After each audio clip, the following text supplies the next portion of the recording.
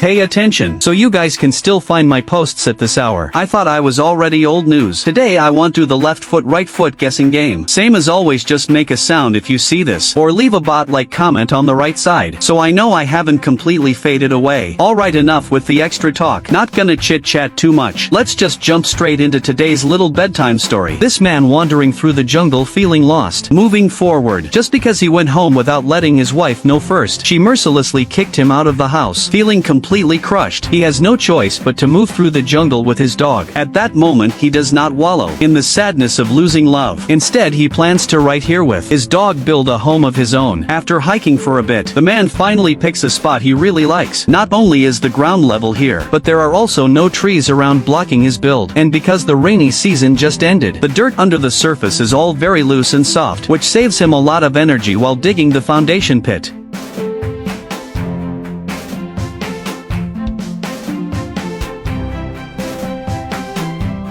After tens of thousands of swings of the shovel, a perfectly square foundation pit stands out. For the next steps he still needs a lot of logs, so the man grabs a handsaw and heads deeper into the jungle. His first pick is these thick and straight tall trees. Even though handling them takes time and effort, the thick trunks can ensure the finished shelter is durable and lasts a long time. After carrying them back one by one, he still needs to process them further so that the logs can be fastened together more tightly.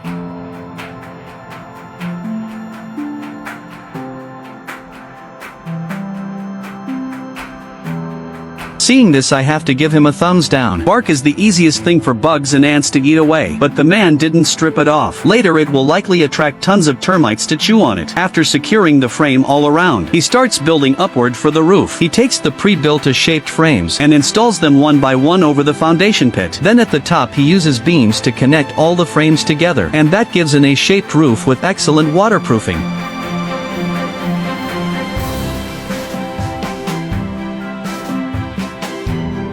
And to save time on covering the roof, he goes and buys several sheets of this machine-cut plywood, along with materials for waterproofing and insulation. Next he just needs to chop the logs on the roof, smooth and flat. Then he can attach these boards one by one on top. During this he precisely gets the size of each board right, so they fit tightly together. As for the waterproofing issue, just leave it to this all-purpose tarp.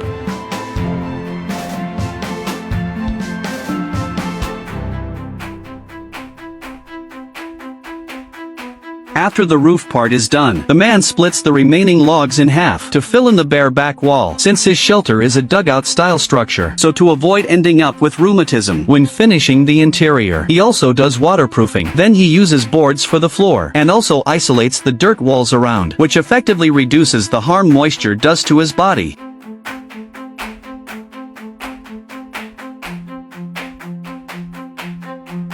And the front wall is the face of the shelter, so the building process is naturally a bit different. He needs to leave openings for door and window frames in the right spots to make sure the inside gets plenty of sunlight. When it comes to picking materials, he is very careful and does not cut corners. With these thick, sturdy logs, even if a pack of wolves comes at night, they can only sniff around the doorway.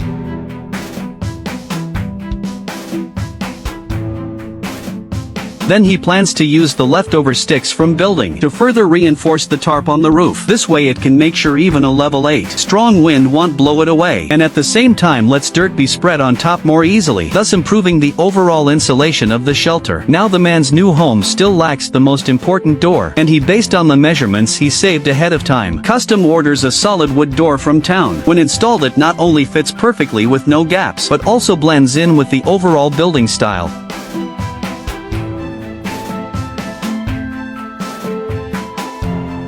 Seeing that the outside structure is pretty much done, he decides to first get some decent furniture for the inside. First up is the fireplace for heating and cooking. He uses square bricks against the wall to build the fireplace base where it touches the wall. He also uses tiles for heat insulation. Then he can take the discarded metal barrel, convert it into a fireplace and install it. The chimney of course needs to go outside to lower the risk of carbon monoxide poisoning.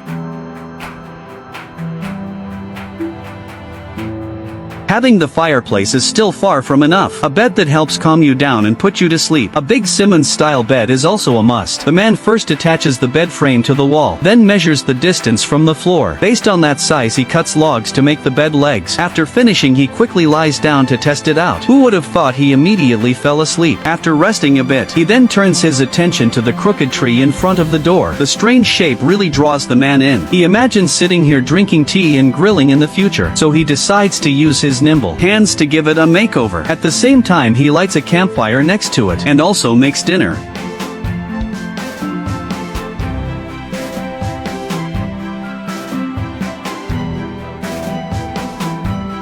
Though he went through the pain of losing love, he gained endless freedom. As the sun slowly sets, he goes back inside, lies on the comfortable big bed. Under the moonlight, he slowly drifts off to sleep.